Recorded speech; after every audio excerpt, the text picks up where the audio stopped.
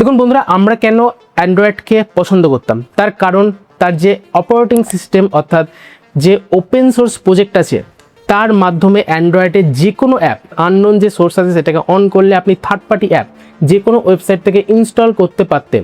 Google play স্টোরে অনেক app আছে যেটা এখন লিস্টেড নয়, তো সেরকম সাহায্যকারী অ্যাপ কিন্তু অন্যান্য ওয়েবসাইটে রয়েছে, সেখান থেকে ইনস্টল করা যেত।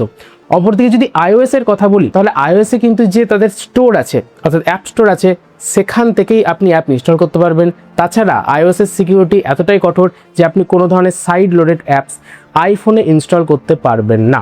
কিন্তু এখন বন্ধুরা মনে হচ্ছে রিপোর্ট দেখে যে অ্যান্ড্রয়েড iOS এর তুলনায় আরও বেশি সিকিউরিটি কোডেড হয়ে যাচ্ছে আর আরও বেশি আপনাকে বেঁধে রেখে দেবে। কেন এরকম বলছি তার কারণ এরকমটাই জানা যাচ্ছে গুগলের তরফ থেকে যে সেপ্টেম্বর মাসে কিন্তু প্রত্যেকের স্মার্টফোনে একটি আপডেট আসবে।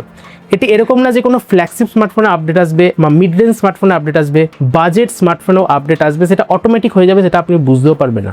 আর সেই আপডেটটি চলে এলে এরকমটাই জানা যাচ্ছে যে সেপ্টেম্বর মাসের পর থেকে কোনো ধরনের সাইড লোডেড অ্যাপস আপনি ইনস্টল করতেই পারবেন না। হ্যাঁ বন্ধুরা, এই ধরনের চাঞ্চল্যকর রিপোর্ট আসছে। তবে বন্ধুরা এখন প্রশ্ন হলো যে যারা সাইড লোডেড অ্যাপস ইনস্টল করে না তাদের কী হবে? এবং বন্ধুরা যারা সাইড লোডেড অ্যাপস ইনস্টল করে না সরাসরি প্লে স্টোর থেকে ইনস্টল করে তাদের তো সেই ধরনের কোনো অসুবিধা হবে না। কিন্তু আমরা জানি অনেকে ডেভেলপার আছে বা অনেকে টেস্ট করে, তারা কিন্তু অনেক সাইড লোডেড অ্যাপস তাদের স্মার্টফোনে ইনস্টল করে থাকে যে কোনো ধরনের উপকারিতার জন্য। যেমন এখন IPL হচ্ছে, দেখুন অনেকে হটস্টারের সাবস্ক্রিপশান কেনে না বা হয়তো অনেক OTT প্ল্যাটফর্মের সাবস্ক্রিপশান কেনে না। এবার আমার বলার আর দরকার নেই যে এই ধরনের অসংখ্য বহু ইল্লিগাল অ্যাপ রয়েছে যারা কিন্তু এই সমস্ত স্ট্রিমিং অ্যাপ ফ্রিতে দেয়। এবার সেটা অনেকেই রয়েছেন, এবার অনেকেই সেটা থার্ড পার্টি অ্যাপ ইনস্টল করে থাকে। এবার সেইগুলো কিন্তু আর করা যাবে না। এখন প্রশ্ন হলো কেন করা যাবে না?